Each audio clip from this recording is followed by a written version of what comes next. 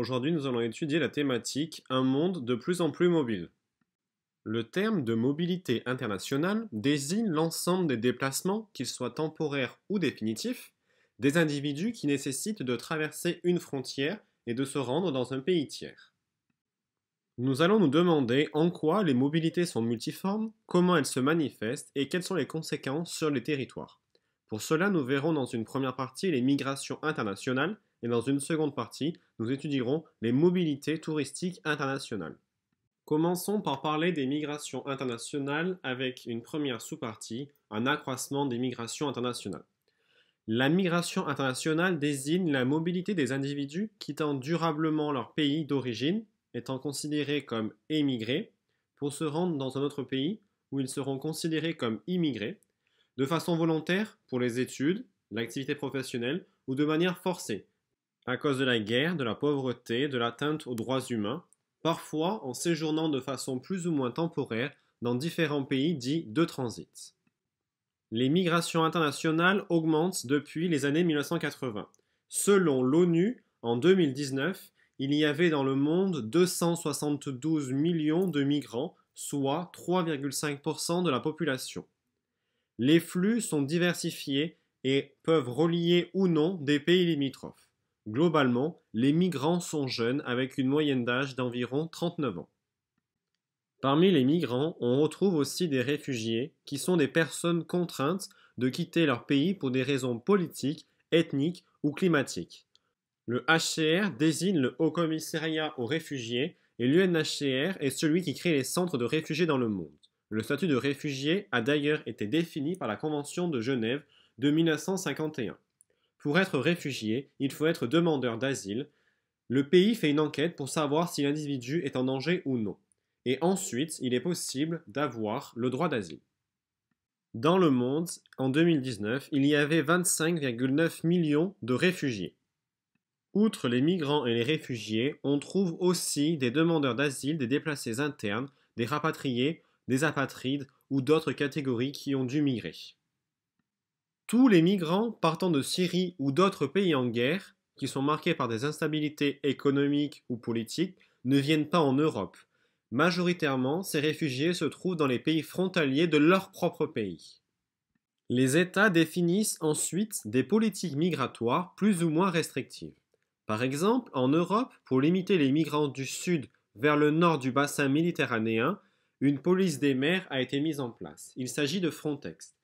Elle est chargée de limiter et de contrôler les frontières extérieures de l'espace Schengen comportant 26 pays dont 4 hors de l'Union européenne.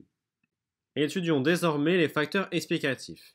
L'un des premiers facteurs que l'on peut soulever sont les instabilités politiques et l'accroissement des risques liés au changement climatique. Ce sont des populations qui se déplacent en dehors des questions économiques, des accords bilatéraux et qui sont surtout issus de pays en guerre ou difficiles. Ces migrants ne sont pas au nord.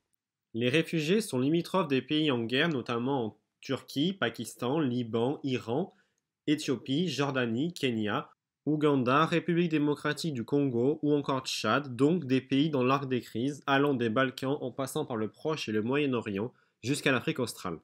En cumulant l'Afrique du Nord, l'Afrique et le Proche-Orient, on est à 56% de réfugiés alors qu'il y en a seulement 17% en Europe. Il y avait 42 millions de réfugiés climatiques en 2017, notamment dans les îles du Pacifique et dans le delta du Gange. D'ici à 2050, il devrait y avoir encore 143 millions de personnes contraintes de migrer. Un des autres facteurs sont les migrations de travail qui entraînent souvent des migrations familiales. Cela peut être lié aux inégalités de richesse et de développement, surtout pour les travailleurs peu qualifiés. Dans les pays du Nord, cela est différent car ce sont des personnes riches et avec un niveau intellectuel qui se déplacent, notamment par le brain drain, c'est-à-dire la fuite des cerveaux. Parfois, il peut y avoir un brain gain, c'est-à-dire que ces mêmes personnes qui étaient parties reviennent dans leur pays d'origine. Et enfin, le dernier facteur sont les migrations des retraités, c'est-à-dire des personnes qui cherchent des destinations au soleil. Elles sont attirées par l'héliotropisme. On trouve notamment les Français au Portugal et au Maroc, alors qu'aux États-Unis, les retraités partent en Floride. On parle des snowbirds. Analysons désormais les conséquences sur les pays de départ et d'accueil. Commençons par étudier les conséquences sur les pays de départ. Il peut y avoir une perte de la population du fait du contexte politique, géopolitique ou encore économique. Si on est en situation de guerre, il n'y a plus personne pour défendre le territoire. S'il s'agit d'une migration économique, la personne qui est partie peut ensuite envoyer des remises, c'est-à-dire cela désigne des capitaux qui sont transférés par les migrants qui travaillent à l'étranger et qui envoient de l'argent à leurs proches restés dans le pays d'origine. Donc cela permet un accroissement des richesses de certains pays. Dans le monde, les remises sont estimées à 466 milliards de dollars en 2017. Par exemple, les remises représentent 42% du Tadjikistan. Pour les pays de départ, cela peut aussi avoir comme conséquence la perte d'une main-d'œuvre, comme par exemple le brain drain. Voyons désormais les conséquences sur les pays d'arrivée. Les métropoles sont des foyers de diaspora, c'est-à-dire les communautés de migrants dispersés dans le monde entier qui ont conservé une identité culturelle et des relations fortes avec le pays d'origine. On remarque par exemple la diaspora chinoise sur la carte ci-contre, mais il existe aussi par exemple une diaspora indienne. D'ailleurs, il y a la mise en place d'une diplomatie des migrations, c'est-à-dire des relations entre États qui ont pour objectif de défendre les intérêts des ressortissants du pays d'origine. Par exemple, un accord bilatéral a été signé entre la France et le Sénégal, où le pays africain s'engage à envoyer de la main-d'œuvre et accepte le retour des sans-papiers originaires du pays. L'immigration fournit une main-d'œuvre manquante dans les pays développés. Ils sont relégués dans les emplois peu qualifiés, et cela permet aussi un ralentissement du vieillissement de la population, comme en Allemagne. Majoritairement, ces migrants sont surtout employés dans les secteurs du bâtiment, de la restauration ou du nettoyage. Ils sont très mal payés et font des travaux pénibles.